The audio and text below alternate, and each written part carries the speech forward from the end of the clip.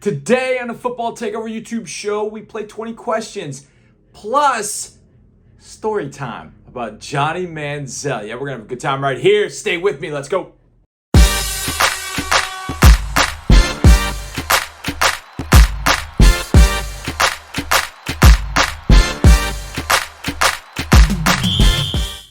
Yes, sir. It's episode 9, I think, of the Football Takeover YouTube show. Appreciate you being with me. I'm John Harris, CEO, founder, master brain, whatever you want to call me, for Football Takeover. As you can see, Football Takeover right here. If you want to get your merch, go to footballtakeover.com. Subscription site now, but it's a very fair price, man. I've got my Harris 100 up there. I got my others receiving votes, so that's another probably 35 to 40 players. On top of that, I also did my top 50 SEC draft prospects, all at Football Takeover. Footballtakeover.com. Go check it out. Kind of the sister site to my YouTube page, but appreciate you guys being here with me. Like I said, we're going to play 20 questions, alternating NFL and college. Some interesting stuff going on, so we'll hit that. Plus, a little story time later on. A new doc has hit Netflix. And by doc, I mean documentary, not Doc Brown or Doc Ellis. It's a documentary from the Untold series about Johnny Manziel. Well, I've got a story about Johnny Manziel. We call it StoryTime. We'll have that a little bit later in the show. But we're going to kick it off, as we always do, with our Football Takeover YouTube cover 3. Let's go. Start number 3. And I wish I had soap opera music. Da-da-da-da-da. As my dad used to say, soap operas wrinkle the skin. That's what my dad used to say a long time ago. Well, the soap opera that is college sports is Conference Realignment. SMU could potentially be getting a call from the ACC. The ACC also sniff around Cal and Stanford. Now, I don't know how this is going to look, but you got the ACC over here, you got Cal and Stanford over here, you got SMU in the middle. Kind of makes sense now in college realignment. I mean, if you can have USC, UCLA, Oregon, Washington, and the Big Ten, well, I guess you can have SMU, Cal, Stanford, and the ACC. Yeah, it's college realignment in 2023 and going forward. So we'll keep an eye on that, of course. I find it a fascinating topic, just a fascinating topic, because there's just so many different layers to this, and money and loss of rivalries, but then gaining some. We get one back in the SEC with Texas and Texas A&M. We get one back. I don't know, maybe one day Oklahoma and Nebraska. No, that's not going to happen. But either way, conference realignment kicking off. All right, let's go to the NFL for this one. Kareem Hunt, running back, formerly of the Browns, was the sidekick. He was the Robin to Nick Chubb's Batman in Cleveland. He apparently was in New Orleans for a visit. I guess New Orleans kicking the tires. They got Jamal Williams in free agency, but they were kicking the tires on Kareem Hunt. And just as soon as he was done there in New Orleans, he got a call, go to Indy. They're offering you more money. So we'll see if Kareem Hunt ends up in Indianapolis, because that situation, running back-wise, not good. The only name you recognize on the running back group that's not hurt or holding out or whatever is going on with Jonathan Taylor is Deion Jackson. That's it. Deion Jackson. That's it. So Kareem Hunt would fit in well. So Indy's offer some money. We'll see what happens there. But point being, Indianapolis, Kareem Hunt could be in business together. And finally, at number 1, numero uno. Yeah, preseason games in the NFL truly start this week. Yeah, they had a Hall of Fame game, which we talked about last week with the Jets and Browns, I guess on Thursday. We talked about that earlier in the week, about how Dorian Thompson-Robinson looked good for the Browns. You're going to hear names like that, guys that were 3rd, 4th round picks that, man, where'd that guy come from? Oh, yeah, he's a 5th rounder. He was a 6th rounder. He's 7th rounder. Oh, I like that guy. Puka Nacua, with the Rams. Is he going to make a mark? It's guys like that. Well, it starts Thursday night. I'll be covering one of those games because I'll be at our Texans taking on the Patriots. That's Thursday night. But also Thursday night after we play, Vikings taking on the Seahawks up in Seattle. Now, the bulk of games take place on Friday. You've got the Steelers taking on the Bucks, Falcons and Dolphins, Bengals and Packers, Giants and Lions, Commanders, Browns, Broncos, Cardinals, and then you've got a gaggle of games on Saturday. So it all kicks off on Thursday. So there you go. All right. One of my favorite things to do on radio a long time ago, and it became a running joke, called it 20 questions. But I never got through 20 questions because I never could make it fit. Well, we're going to do kind of the same thing here. We're not going to get 20 questions in, but it is time for 20 questions. Here we go. Okay, first question. Starting in the world of college football with Clemson. Is Cade Klubnik for real? Now, I played at Austin Westlake and found his way into the lineup with DJ Uyunglele, easy for me to say. Struggled last year. And Klubnik came into the ACC Championship game in particular, led Clemson to a win. In the bowl game against Tennessee, they beat the absolute hell out of him. And he really wasn't able to show what he could do. But I believe Klubnik is for real. Now, Clemson's thought to be a top 15 team as opposed to the top 5 team they've been in the past. But I think Klubnik takes them back into at least the top 7. I look at ACC and think, oh, it's Florida State's conference to lose this year. But if Klubnik is for real, which I think he is, then I think Clemson's going to be right there in the mix. Yes, I do believe Cade Klubnik is for real. Number 2. Did the NFL players get it right with a top 3 of Patrick Mahomes at 1, Justin Jefferson at 2, and Jalen Hurts at 3? Now, I asked this question of our good pal John McClain on radio in Houston earlier in the day, and he's like, nope, got to be quarterbacks, which I guess, yeah, obviously quarterbacks are always going to get that love, but I don't know how you can't put Justin Jefferson after the year he had last year. If we're talking about players, I think Justin Jefferson in his position was as valuable to the Vikings as any player was, not named maybe Mahomes and Hurts. He was tremendously important to his organization. So I do think the players got it right. I do think a top 3 of Mahomes, Jefferson, Hurts made a ton of sense. Where I thought they missed a little bit, I thought Burrow should have been 4. I think he ended up at 6. So I would have put Burrow at 4, and I probably would have put Micah Parsons in the top 10. But that's just me at that point. But I think they got the top 3 absolutely right. All right, let's get to number 3. Can Sam Hartman elevate his game and at the same time Notre Dame? I think this is an absolute 100% yes. I am a huge fan of Sam Hartman from the days of QB1 on Netflix to where he is now after his years at Wake Forest. He ran that slow mesh. It's not a system that you see in the NFL. Could probably be a bit more pro style at Notre Dame. He's got a few weapons to work with. He's got 2 tremendous offensive tackles, 2 guys that are in the Harris 100, Blake Fisher and Joe Alt, at right and left tackle, respectively. I do think that Sam takes his game up. Now, I'm not totally sure that he's got all the weapons. Like at Wake Forest, he had A.T. Perry. I don't know if he's got a receiver of that caliber yet. I do think he's got some young players on the edge at Notre Dame that are going to really help him. But I do think that Sam Hartman elevates Notre Dame, gets him in that 10-11 win mix. It's a tough schedule at Notre Dame, but I do believe that Sam Hartman picking Notre Dame was the right move for him, and I think that's going to help his draft prospects as well. Number 4. Now, we mentioned Kareem Hunt a little while ago visiting Indy. Number 4, how long can the Colts play this game with Jonathan Taylor? Ooh, dicey. I think it's already gotten nasty enough, and that's what worries me about this whole thing for the Colts' sake. I'd rather see Jonathan Taylor not play. I'd rather see Jonathan Taylor stick to his guns and not play for the Colts in 2023 or beyond. I'd like to see the Colts trade in the Bears, get him out of this division. I hate seeing Jonathan Taylor. In the 5 games he's played against us, the Colts have buried us in every one except the tie, and he brought him back in that game. So I'd rather see Jonathan Taylor go. So I do think the Colts are going to play the long game on this. They've got a roster and have had a roster that's got a ton of vets and good vets. DeForest Buckner, Shaq Leonard, Kenny Moore. They added young pieces last year in Alec Pierce and Jelani Woods.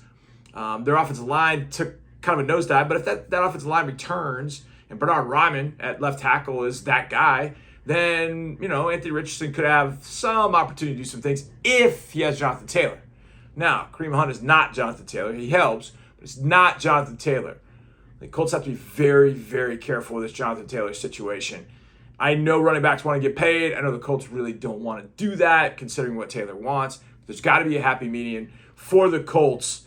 So I don't think the Colts can take this too much longer. And maybe that first preseason game, they see the running backs and go, whoa, whoa, whoa, whoa, whoa, whoa. We can't mess around. We got to go get JT and make sure he's happy. But I don't know if that ends up happening. I think the Colts are going to try and play this out as long as they possibly can. All right, let's go to college football.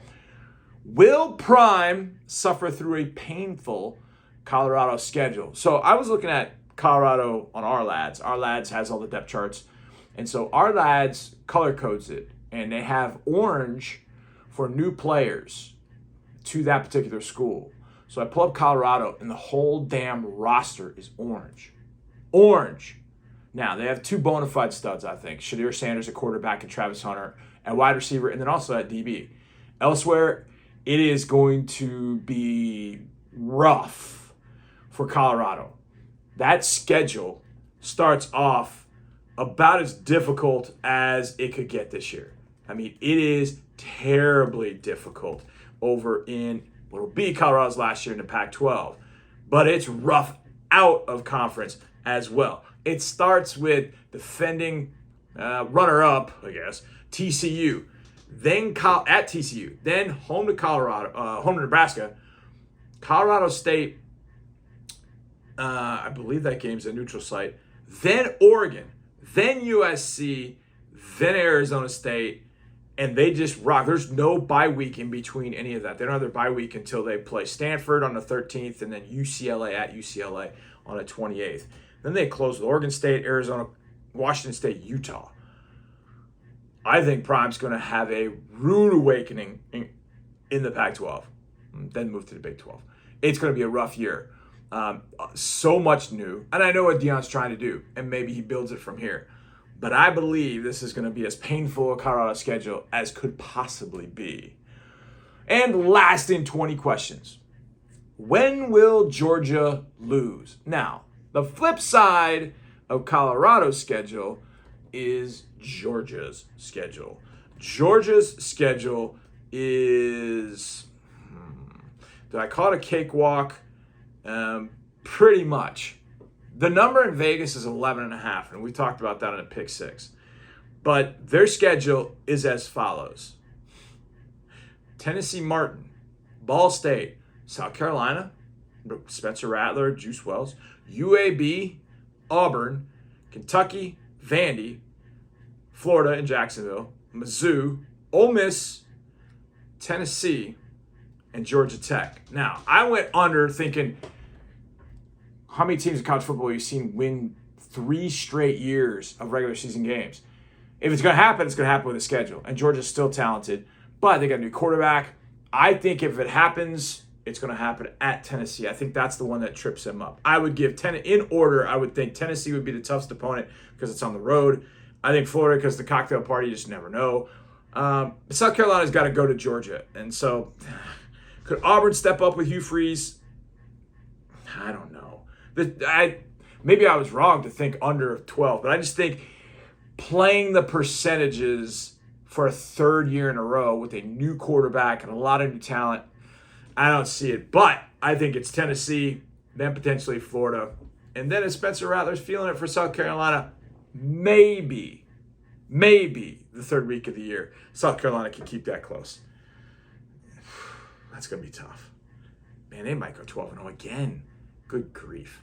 They're getting a playoff regardless. Because if they lose one of these games, then they'll still get the SEC championship, I believe. Unless Florida or Tennessee goes 12-0 or 11-1 and the one loss is out of conference or whatever. You get the point.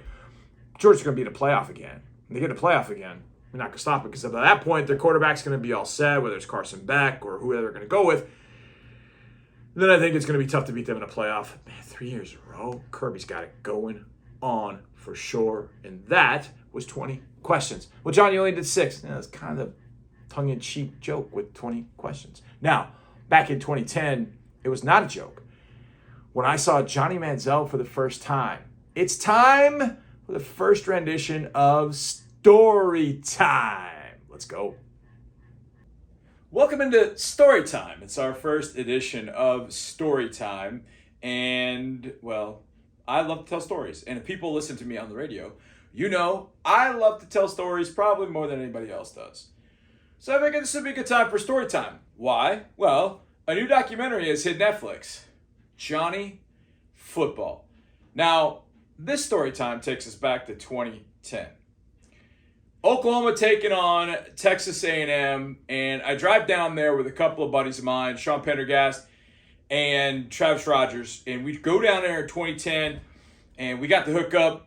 People give us passes to get down on the field. We see our buddy Jim Ross from Oklahoma, see our buddy Billy Lucci from the A&M side. So I go over to the A&M side after I see JR, and Sean and Travis stayed over there. I went over there to see Luch because we've known Luch for a long time. And so I'm there on the sideline, and old Kyle Field, they used to have a track around the field before they did all the construction. They had a track around the field.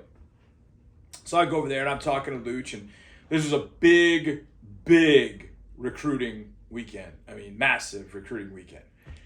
And on the sidelines, there are letter jackets for days. Now, if you're from Texas, I don't know how it is in other states, to be honest. But I know in Texas, a letter jacket is a badge of honor. You wear that thing anywhere and everywhere. I got mine. It's got all my patches from my junior year. I never got a chance to put them for my senior year, but it covered my entire jacket. And then, of course, you got the National Honor Society patch, etc. So there's a line of letter jackets. And one of the things about letter jackets is you put all the patches on, but then you also put your name on the back. And then under the kind of swoosh, you kind of put your nickname or whatever the case might be. So mine was Harris, and then it said Jaybird because that was my nickname.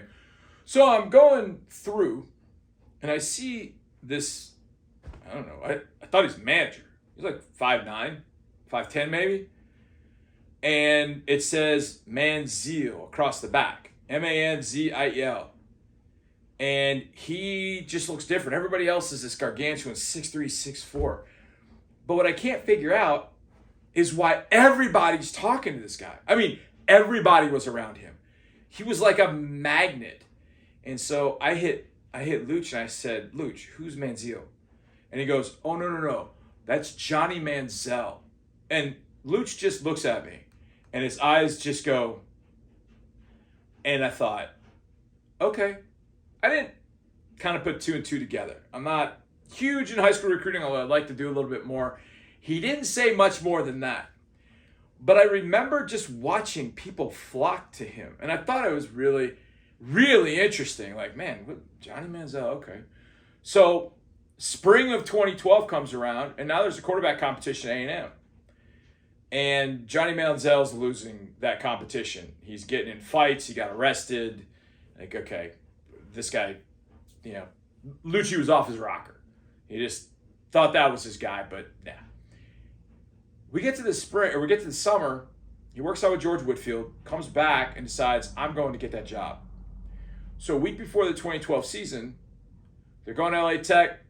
He gets that job. But there's a hurricane that is going through. Game at La Tech gets canceled. So the first game that Johnny Manziel has taken the field is against Florida. It's the first game of the 2012 season for them. It's the first SEC game ever. It's at Kyle Field, and it's the most electric thing you've ever seen. And nobody has ever seen Johnny Manziel. All I can remember was 2010, standing at the sideline, having Billy Lucci look at me and go, that's him. That's the guy. And I'm like, no way. No way. So I'm standing there before the game, and at the time, my buddy Brady Ackerman had been a coach with me. He had been my radio guy when I was coaching. Yes, we had radio for our high school games. And Brady says, tell me about this quarterback. And I said, Brady, all I can tell you is he'll run when he needs to, but that's really about it. I don't know much more after that. And so Bruce Feldman walked up at the same time and was kind of like, yeah, I've heard a little bit about him, but neither one of us really could say a whole heck of a lot. So we're kind of chatting about it and just kind of threw our hands up like, I don't know. And that first half against Florida, he ran around everybody. Threw around. He did the Johnny football thing. Now, Florida had a great defense that year, and Will Muschamp was very good. Slowed Johnny down in the second half. That first half, we're looking around going, okay, I think we know who Johnny Manziel is. And then Johnny football took off from there. But for me, it all started in 2010 from about 10 feet away, looking at this 5'9" magnet of people that just wanted to be around him. I got it. That day, I didn't understand it. But in 2012, when Johnny won the Heisman, I absolutely, without a doubt, understood why. He's Johnny F in football. And that is story time. I could still see him, man. That leather jacket right in front of me, tiny. When they said 6 foot, I'm like, nah, man, I don't think so. He might have had lifts on at the combine, but I always thought he was like 5'10" and a half. When I saw him then, he was short, and everybody gravitated towards him. I thought, man, there's something special about that kid, especially in 2012 when I saw, I was like, yeah, I could see it. You could see the makings of that back in 2010. So check out the doc. I can't wait. I'm going to watch it on the flight to New England because that's where, when you're seeing this, that's where I'll be. I'll be on the plane, headed to New England for preseason game number 1. Texans taking on the Patriots. This has been episode 9 of Football Takeover YouTube show. Appreciate you guys being here. Make sure you check out my book, Time's on Our Side, from Amazon. Check out the website, footballtakeover.com. Get your merch, your mugs. We're going to put some hoodies up there as well. So make sure you're getting all that gear and repping Football Takeover. You and me together. I haven't come up with a cool name. I know Landry Locker calls his listeners the loopholes and others. What does McAfee call his? I don't know. I want to call you guys something, but I want you guys following me at JH Football Takeover on YouTube, footballtakeover.com, at JH J Harris Football on Twitter. Man, there's a lot of things going on, but I appreciate you guys being here. We'll see you next time. And as always,